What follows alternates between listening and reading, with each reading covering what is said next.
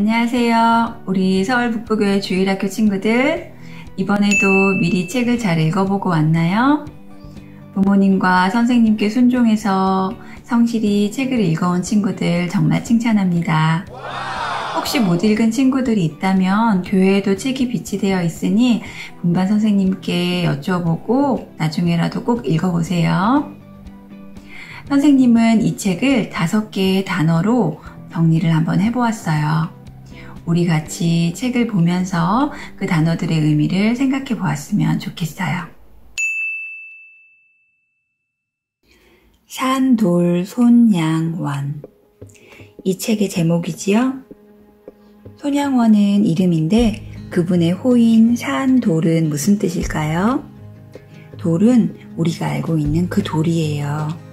앞에 산이라는 뜻은 살아있다 라는 뜻이에요. 그래서 산돌은 살아있는 돌이라는 의미예요. 베드로전서 2장 4절 5절에 사람에게는 버림바가 되었으나 하나님께는 택하심을 입은 보배로운 산돌이신 예수께 나아가 너희도 산돌같이 신령한 집으로 세워지고 예수 그리스도로 말미암아 하나님이 기쁘게 받으실 신령한 제사를 드릴 거룩한 제사장이 될지니라 는 말씀이 있어요. 우리 예수님이 살아계신 돌이 되어주셔서 하나님의 집을 세우신 것처럼 손양원 선생님도 예수님처럼 살다 가셨기에 이런 호가 붙은 것 같아요. 책의 내용을 보아도 정말 낮은 곳에 있는 사람들에게 다가가셨고 많은 고난 가운데 하나님의 뜻을 이루고자 인내하셨고 마지막까지 사랑의 씨앗들을 뿌리셨던 모습이 우리 예수님과 너무 닮아 있으셨던 분이었어요. 그냥 훌륭하신 분이 아니라 그분의 삶에서 우리 주님의 모습이 너무나 많이 보이기 때문에 존경하게 되는 것 같아요. 손양원 선생님의 호, 산, 돌의 의미를 잘 알았지요? 두 번째 단어는 한센병이에요. 다른 말로 하면 나병이라고도 해요. 노르웨이의 한센이라는 사람이 처음 발견한 전염성 질환인데 살이 문드러지고 냄새나 맛을 못 느끼고 눈도 튀어나오고 손발이 떨어져 나가는 증상이 있어요. 너무 무섭지요? 우리 친구들은 아무도 나병 환자들을 본 적이 없을 거예요. 감사하게도 우리가 맞는 BCG 예방 접종으로 나균이 99.9%나 예방이 된대요. 그렇지만 1900년대 초기에는 그런 예방접종이 없어서 한센병이 걸린 사람들은 가족들에게도 버림받고 전염된다는 이유로 사람들 근처에 가지도 못하고 숲속에서 숨어 지내다가 굶어 죽거나 객사했다고 해요.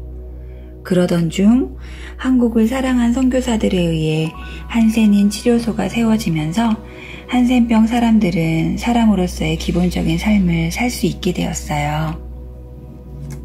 손양원 목사님은 그중 하나인 애양원에서 한센병 환자들에게 복음을 전하고 그들의 손을 잡아주시면서 마음을 어루만져 주시고 인위적인 사랑이 아닌 말만 하는 사랑이 아닌 가장 낮은 곳에 있는 사람들을 진심으로 사랑하며 섬겨주었어요. 얼마나 진심으로 그들을 대하셨는지는 책 속에 많은 이야기들이 담겨 있어요. 세 번째 단어는 신사참배예요. 우리나라는 1910년부터 1945년까지 일본의 나라를 빼앗겨 지배를 받고 있었어요. 일본인들은 자신들의 종교적 이념을 주입시키기 위해 천황을 숭배하는 신사참배를 강요했어요. 그때 하나님을 믿는 사람들은 신사참배를 해야 했을까요? 안 해야 했을까요? 우리 친구들이라면 어떻게 했을 것 같아요? 손양원 선생님은 세상에 많은 신이 있지만 유일한 신은 하나님 한 분뿐이시고 그 하나님은 우리의 하나님이시라고 외치면서 신사참배를 거부했어요. 그런 이유로 가족들과도 헤어져 5년이라는 시간을 감옥에서 온갖 고초와 고통을 당하셔야 했어요. 그때 손양원 선생님은 어떤 시간을 보내셨을까요? 그냥 천황에게 한번 절하고 그냥 애양원에서 한센병 환자들을 돌보면서 지낼 걸 후회하셨을까요? 그 반대였어요. 믿음을 지키기 위해 겪어야 했던 모든 일들을 통해 손양원 선생님의 신앙은 더욱 밝은 빛을 내게 되었어요. 감옥에서 힘든 노역을 하다가 마른 땅에 피어난 국화를 보면서 하신 말씀을 한번 들어볼까요? 백화는 이미 떨어지고 풀 또한 말랐으나 국화만은 피었네. 아름다운 국화꽃. 봄밤에 떨어지는 벚꽃과는 아주 달라. 백절불굴, 굳은 포부, 가을바람에 홀로 남은 승리로운 국화꽃. 갖가지 고난아 다 오려무나 괴로운 중에 진리를 모두 체험하리라. 삶에서 일어나는 고난은 우리를 괴롭게 하는 건 사실이지만 주님과 함께라면 우리는 그 고난을 통해 승리의 꽃을 피워낼 수 있는 사람들이에요. 바람에 날려 떨어지는 꽃잎이 아닌 마른 땅을 뚫고 꽃을 피워낼 수 있는 힘을 주님께서 우리에게 주신답니다. 네 번째 단어는 용서예요. 일본으로부터 해방된 우리나라는 정치적인 대립으로 인해 기독교인이라는 이유로 공산주의 지지자들에게 핍박을 당했어요. 손 목사님의 아들이었던 동인과 동신도 아버지를 닮은 굳건한 믿음으로 인해 총살을 당하게 되었어요. 하루아침에 아들 둘을 잃게 된 거예요. 그때 동인의 나이는 25세, 동신의 나이는 19세였어요. 아들을 잃은 손양원 목사님의 9가지 감사기도를 꼭 읽어보세요. 이해할 수 없는 감사, 상실의 아픔 가운데서도 주님을 바라보고 올려드리는 감사의 기도가 우리 친구들의 마음에 울림을 주기 바래요. 누가 내 아들을 둘이나 죽였다면 그 사람을 용서할 수 있을까요? 그런데 손 목사님은 그 살인자를 자신의 양자로 삼았어요.